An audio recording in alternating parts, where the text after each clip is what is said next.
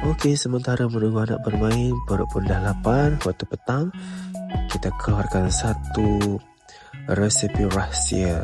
Ini dia, biskut Mary kegemaran semua.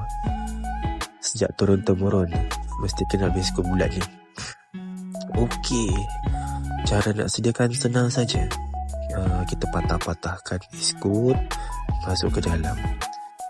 Okey, jangan malu-malu, teruskan patahkan satu persatu.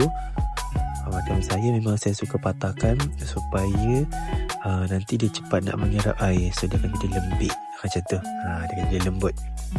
Jadi kita tambah sampai mana kita nak. Banyak mana kita ikut cita rasa kita lah. Kemudian nanti kita masukkan air kosong. Okey, air tu banyak mana terpulang.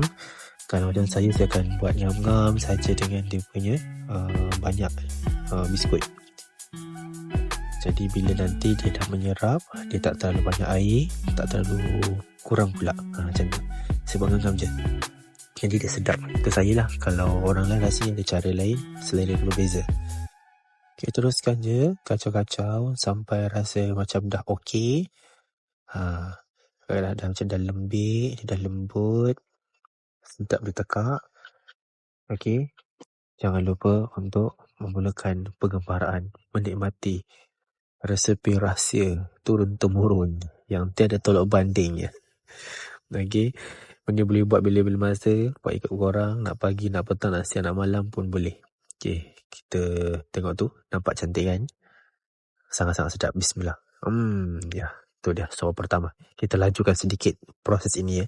Sebab banyak nak mengunyah ni, bukan senang. Suapan demi suapan masuk ke dalam mulut dengan cemerlang, dengan penuh kenikmatan, merasai setiap nikmat, setiap kunyahan memberikan impak yang luar biasa.